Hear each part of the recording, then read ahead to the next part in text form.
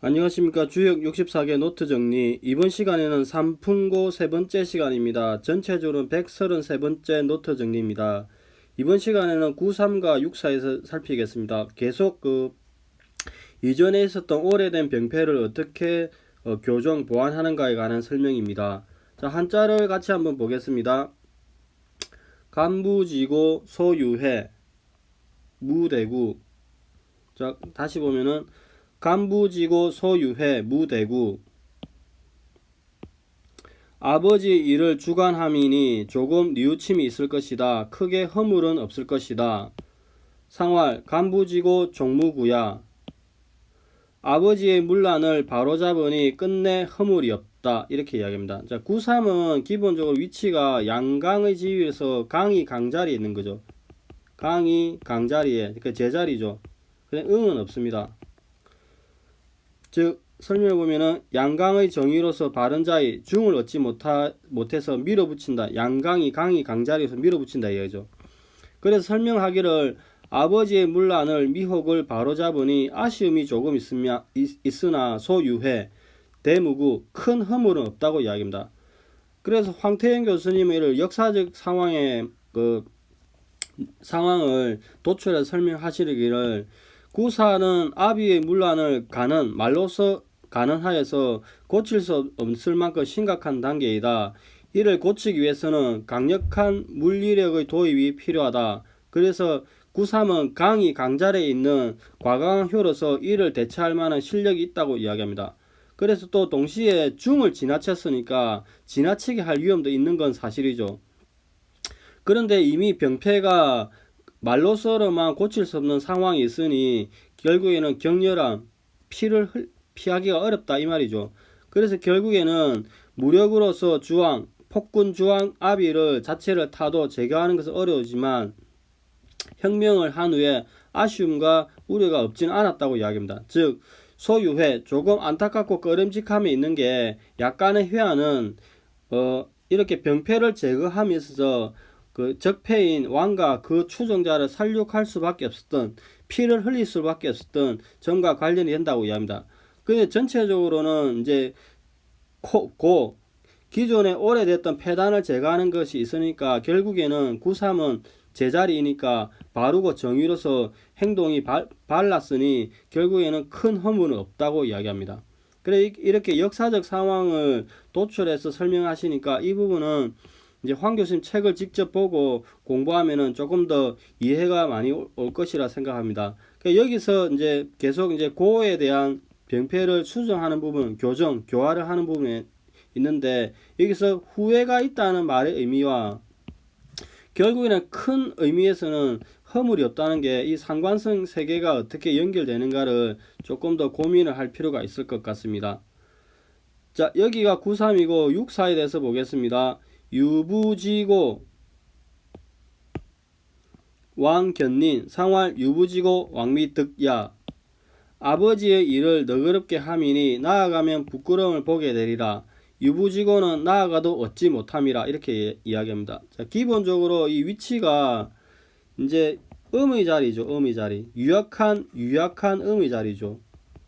그 다음에 음도 없습니다. 그래서 유약하니까 아버지의 일, 오래된 병폐를 유순하게 처리하거나 유예, 제대로 하지 못하기 때문에 결국에는 린이 된다 이렇게 이야기합니다. 이게 일반적인 설명이고 다르게 보는 견해를 보면은 유부지고는 아버지의 일을 더욱 빛나게 하려 하나 가면 어려움을 만나니 좋은 결과를 얻지 못한다고 해석하는 견해가 있습니다. 즉 일반적으로 유를 너그럽다로 보지 않고 더욱 빛나게 하다로 해석을 하는 견해는 이렇게 이야기합니다. 근데 이제 일반적인 설명은 유가 관용하다, 너그럽게 하다, 아버지의 너그럽게 일을 처리하니까 병폐는 단호하게 제거해야 되는데 너그럽게 처리하면 안 되죠. 그래서 인색함이 있다 이렇게 이야기합니다. 자, 이를 이제 그 황태영 교수님 설명하시기를 아비의 문란을 바로잡기 위해서는 단호해야 되는데 육사는 음해로부터 유약한 성질로 기초하여서 과거로부터 이어져 온 폐난을 부패가 타락해서 이제 자기 스스로 교정할 수 없을 만큼 취약해 버린 상황에서 이를 제대로 대처하지 못하면은 이 부패의 타락상은 이제 고삐 불리마냥 계속 점점 번지는 거죠.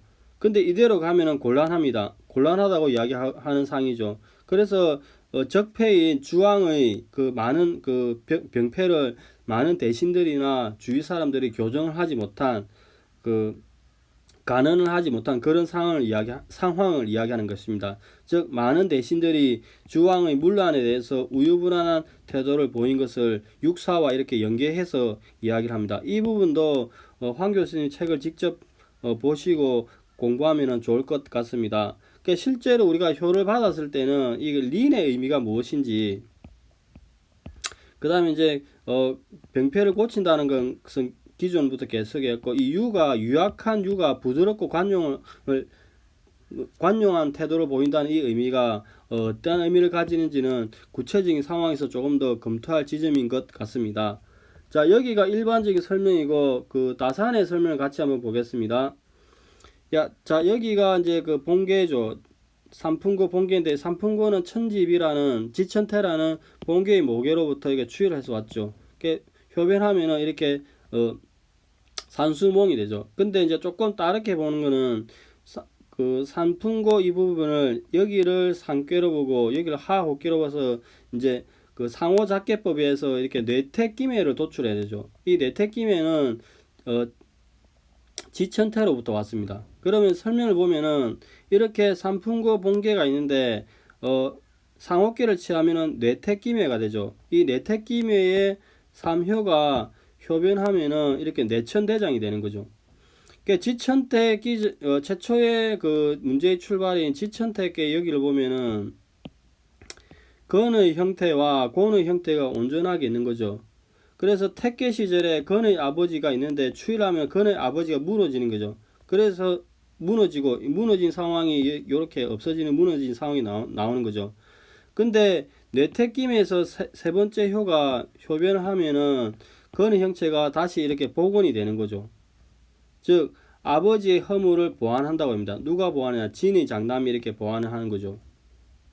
그래서 소유의 대무구는 우리가 일반적으로 음은 작다, 그 다음에 양은 크다고 이야기죠. 그래서 결국에는 여기에 있던 고의 형체는 이미 사라지고 회복이 안 되는데, 그래서 회복이 안 되니까 소유회, 후회가 있다, 작은 후회가 있다. 근데 그거는 그대로 회복을 하죠. 이렇게 그거는 결국 회복을 하니까 대무고 건의 덕이 여전히 하니까 크게 허물이 없다, 이렇게 이야기합니다.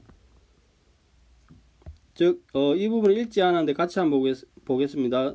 간부지고 소유의 무대구, 상활 간부지고 종무구야. 자식으로서 아버지의 허물을 잘 보완함이니 조금 후회가 있으나 큰 허물은 없다. 상활 아버지의 허물을 잘 보완하여서 끝내 허물이 없는 것이다, 이렇게 이야기합니다. 그 다음에 이제 그 육사를 보겠습니다. 한자를 같이 한번 보겠습니다. 유부지고 왕견닌, 상활 유부지고 왕미득야. 아버지의 허물을 누구들인 데다가 나아가서 만나보더라도 허물을 고침에 인색함이 있을 것이다. 상활 아버지의 허물을 누구러뜨리더라도 나아가 합당한 자리는 얻지 못할 것이다, 이렇게 이야기합니다. 단호하게 해야 된다는데 우유부단하게 하면 안 된다, 이 말이죠. 자, 여기 보면은 여기가 본계죠. 삼풍고.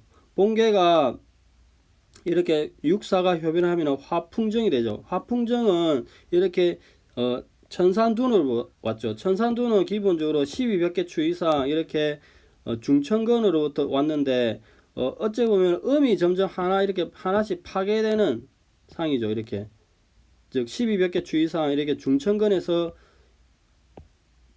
경향성을 가지고 오면은 중천건부터 진행이 되는데 음의 침투가 있으니까 양이 점점 사라지는 상황이죠. 즉 양이 점점 사라지는, 이게 마치 벌레가 나무를 파고 점점 스며드는 그런 상황이죠. 그 둥계까지 오면은 이 천산둥까지 오면 이게 급박한 상황에까지 이르렀다, 이렇게 되는 거죠. 그런 상태에서 이렇게 이제 다시 5회 있던 강이 2로 내려가니까 그 형세가 완화된다고 이야기합니다. 그 더 이상 음의 침투가 없어서 비나 산지박, 천지비계로 전진하지 않는다, 이렇게 합니다. 그러면 이렇게 유를 의미를 늦춘다, 여유롭게 한다는데 누가 하느냐? 간의 소남이 한다고 이야기하는 거죠. 즉 아비가 급한 일을 당함에 있어서 자식이 그 급한 상황을 완화하니까 이 이러한 것은 이 효를 받으면 이런 점에 해당된다고 이야기합니다. 그 다음에 왕견리는 이렇게 결국에는 천산둔에서 2가 5로 이렇게 상승하더라도 음이 강이 음자리에 있으니까 제대로 고쳐지지 않은 상태니까 이걸 린이라고 이야기합니다. 그래서 이제 이거 그다음 왕미덕 가도 뜻을 얻지 못한다. 음이 아까 2가 천산둔 2에서 5를 가더라도 결국에는 강자리에 음이 있으니까 제자리가 아닌 거죠. 이것을 이야기하는 것입니다. 자, 한자를 같이 한번 읽어보겠습니다. 이 부분 마지막으로 읽어보겠습니다. 아버지의 허물을 누그러뜨린다. 나아가서 만나보더라도 허물을 고치는데 인색함이 있을 것이다. 아버지의 허물을 누그러뜨리더라도 나아가 합당한 자리를 얻지 못할 것이다. 이렇게 이야기합니다. 자, 오늘은 이제 그 삼풍고의 그 이제 63과 93과 64에 대해서 알아봤습니다.